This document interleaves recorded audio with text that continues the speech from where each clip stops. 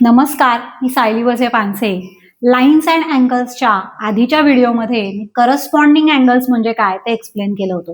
तर आज मी या व्हिडिओत एक्सप्लेन करते इंटिरियर अँगल्स म्हणजे काय. तर इंटिरियर म्हणजे काय, बेसिकली आतमधल्या साईडचे. सपोज ही line L parallel to M आहे आणि ती ही ट्रान्सव्हर्सल आहे, जी या दोन लाईन्सना कट करते. तर इंटिरियर याचा अर्थ या दोन लाईन्सच्या आतमधले अँगल. आतमधले म्हणजे काय, तर तुम्ही बघू शकता या लाईनच्या वरचे म्हणजे हे झाले बाहेरचे, परत या लाईनच्या या साईडचे म्हणजे ते झाले बाहेरचे. सो इंटिरियर म्हणजे मी आता फक्त तिथे मार्क करते ज्याला सर्कल केलेलं आहे.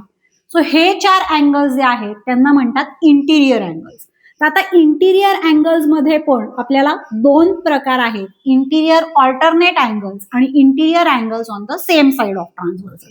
तर सगळ्यात आधी इंटिरियर ऑल्टरनेट अँगल्स म्हणजे काय ते सांगते. सो बेसिकली जर परत मी 1 2 3 4 आणि 5 6 7 8 असं याला नंबरिंग केलं तर इथे तुम्ही बघू शकता अँगल 3 4 5 आणि 6 हे आहेत इंटिरियर अँगल्स. तर त्याच्यात पण इंटिरियर ऑल्टरनेट याचा अर्थ काय, तर सपोज मी हा अँगल 4 कन्सिडर केला तर त्याचा इंटिरियर ऑल्टरनेट हा अँगल 5 असणार आहे. म्हणजे जर एक तुम्ही ट्रान्सव्हर्सलच्या लेफ्ट साइडचा वरचा घेतलात तर त्याचा इंटिरियर ऑल्टरनेट असतो ट्रान्सव्हर्सलच्या अपोजिट साइडचा म्हणजे राईट साइडचा खालचा अँगल. बेसिकली तुम्हाला तिथे झेड शेप बघायला मिळतो. ठीक आहे, हा एकतर असा झेड फॉर्म होईल की ज्याच्यामध्ये अँगल 4 आणि अँगल 5 ही आहे interior alternate अँगल्सची pair.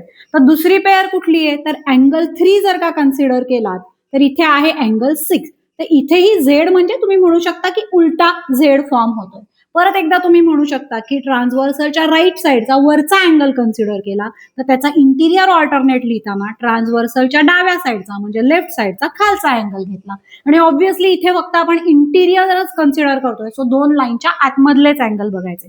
So interior alternate अँगल्सच्या दोन पेअर कुठल्या आहेत, तर अँगल 4 आणि अँगल 5 आणि दुसरी आहे अँगल 3 आणि अँगल 6. तर जर का लाईन्स पॅरलल असतील म्हणजे जसं या केसमध्ये आहे एल पॅरलल टू एम, तर या ज्या इंटिरियर ऑल्टरनेट अँगल्सच्या पेअर आहेत त्या इक्वल असतात. म्हणजेच अँगल 4 इक्वल टू 5 आणि अँगल 3 इक्वल टू अँगल 6.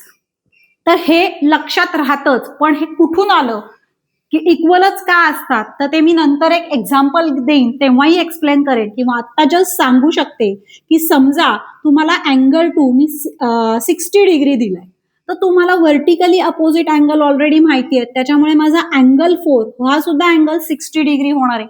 आणि अजून एक आपण पहिल्या व्हिडिओमध्ये पाहिलंय त्याच्याप्रमाणे अँगल 2 हा या एल लाईनच्या वरचा अँगल आहे. सो त्याचा करस्पॉन्डिंग अँगल कुठला होईल, तर अँगल 5. आणि आपल्याला माहिती आहे जर लाईन्स पॅरलल असतील तर करस्पॉन्डिंग अँगल्स इक्वल असतात. सो त्याच्याप्रमाणे सुद्धा तुमचा अँगल 2 आणि अँगल 5 हे इक्वल झाले. सो तुम्ही या केसमध्ये बघू शकता फायनली झालंय काय की अँगल 4 आणि अँगल 5 हे इक्वल झाले. सो त्याला या रिझनने सुद्धा आपण डिरेक्टली इक्वल लिहू शकतो की ज्याला म्हणतात interior alternate angles. I hope this is clear to you. Thank you.